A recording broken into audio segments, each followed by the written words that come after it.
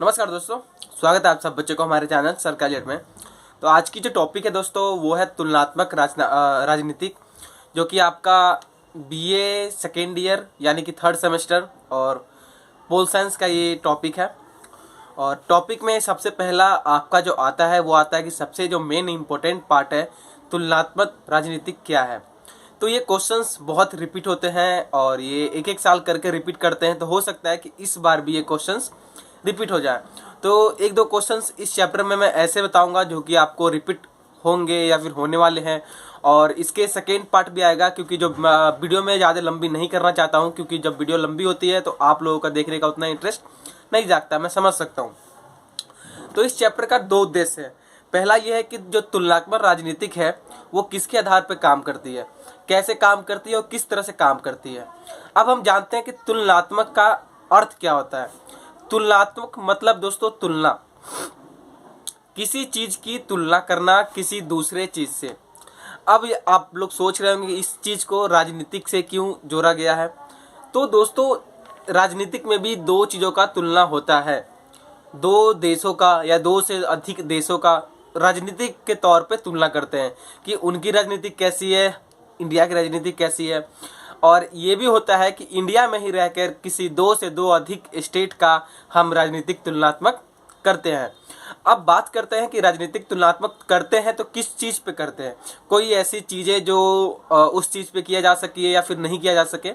तो इस चीज़ के भी बहुत सारे पहलुएं होते हैं कि जिस चीज़ के आधार पे आप दो चीज़ों को कंपेयर कर सकते हो, मतलब कि डिफरेंस निकाल सकते हो, तुलना कर सकते हो। तो पहला तो ये होता है कि आप जो दूसरा और तीसरा जो पार्टी होते हैं वो कार्य करते हैं, जो भी काम करते हैं, उस काम के आधार पे आप उनको तुलना कर सकते हो कि हाँ इन्होंने अच्छा काम किया, इन्होंने नहीं किया। दूसरा ये होता है कि उनके अलग अलग जो डिपार्टमेंट होते हैं, जो विभाग होते हैं, उस विभाग को ही आप वो कर सकते हो, तुलना कर सकते हो कि हाँ इन्होंने इस विभाग में इतना अच्छा काम किया, उन्होंने उस विभाग में उतना अच्छा काम नहीं किया। कभी कभी ऐसा होता है कि आपका जो राजनीतिक होती है वो दोनों सेम हो जाते हैं, कभी कभी सेम हो जाते हैं। तो इस चीज़ में हम कैसे उनका तुलनात्मक करें। तो चैप्टर में एक टॉपिक है द नेचर एंड स्कोप। उसका जो मतलब है कि आपका जो स्कोप है और जो प्राकृतिक है उस चीज़ के ऊपर हम इस चीज़ को कर सकते हैं। यानी कि जो दोस्तों जिन प्राकृतिक में क्या चेंजेस आए, इन्वायरमेंट में क्या चेंजेस आए, ये सब चीज़ के ऊपर डिफाइन करके हम उन दोनों को अलग अलग तुलना कर सकते हैं। जो हमारे जो महान जो वैज्ञानिक है उन्होंने तुलनात्मक राजनीति को दो से अधिक तीन जो क्षेत्र होते हैं उनमें इनको विभाजन कर दिया है। विभाजन मतलब कि बांट दिया है। अब किस किस चीज़ में बांटा है।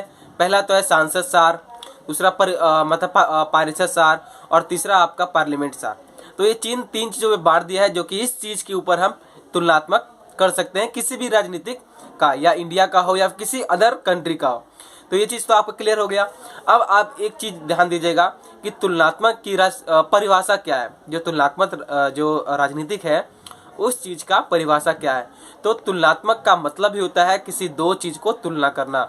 अगर आप दो दोस्त हैं और दोनों दोस्त किसी अच्छे ऑफिस में जॉब करते हैं तो दोनों की परफॉर्मेंस ऐसा नहीं होगा कि सेम ही होगा। वो अगर अच्छा काम करता होगा तो आप उससे ज़्यादा अच्छा काम करते होंगे, ठीक है।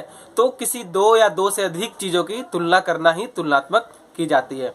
और राजनीतिक में भी तुलना करते हैं कि हाँ इन पार्टी ने अच्छा काम किया, इन पार्टी ने अच्छा काम नहीं किया। तभी तो एटलीस्ट 5 साल के बाद हर चीज़ चेंज होते रहते हैं। जो नेता होते हैं, सीएम हो गया, पीएम हो गया, ये सब 5 साल के बाद चेंजेस होते रहते हैं। तो लोग इन्हीं के ऊपर जो तुलनात्मक होती है, तुलनात्मक राजनीति को लेकर इनमें तुलना करती है कि हाँ इन्होंने अच्छा काम किया, इन्होंने अच्छा काम नहीं किया। ये राइट्स कभी कभी जो मतलब हम नॉर्मल लोग होते हैं, नॉर्मल लोग के भी ऊपर आते हैं कि हम तुलना करके और वोटिंग कर सकें, अपना जो मतदान है वो मतदान कर सकेंगे। दोस्तों अगर आप नोट करना चाहते हैं तो नोट कर लें। और तुलनात्मक राजनीतिक की परिभाषा मैं आपको एक बताता हूँ। तुलनात्मक राजनीतिक जो एक मेन क्षेत्र है किस चीज़ का, राजनीतिक विज्ञान का एक मेन क्षेत्र है, जो कि किसी दो या दो से अधिक देशों में तुलना की जाती है राजनीतिक के रिलेटेड में, ठीक है। या फिर किसी एक ही देश में किसी दो से दो अधिक राज्य को तुलना की जाती है। तो तो ये एग्जाम अगर पूछता है कि तुलनात्मक राजनीति क्या है, तो 1 या 2 नंबर में पूछता है, तो वो आप अपनी तरफ से भी लिख सकते हैं। मेन जो होता है वो 2 या 2 से अधिक जो राज्य होते हैं या फिर वो देश होता है, उसमें इनको तुलना करते हैं राजनीतिक विज्ञान के तौर पे। ठीक है, तो ये कुछ साइंटिस्ट हैं जिन्होंने आपकी बुक्स में भी लिखे होंगे, और आप ही अभी तक बुक्स वगैरह अवेलेबल नहीं हुआ है हिंदी के बच्चों के लिए, इसलिए मैं हिंदी में बना रहा हूँ, और इंग्लिश में भी बहुत जल्दी आप सभी बच्चों के लिए ले आऊँगा।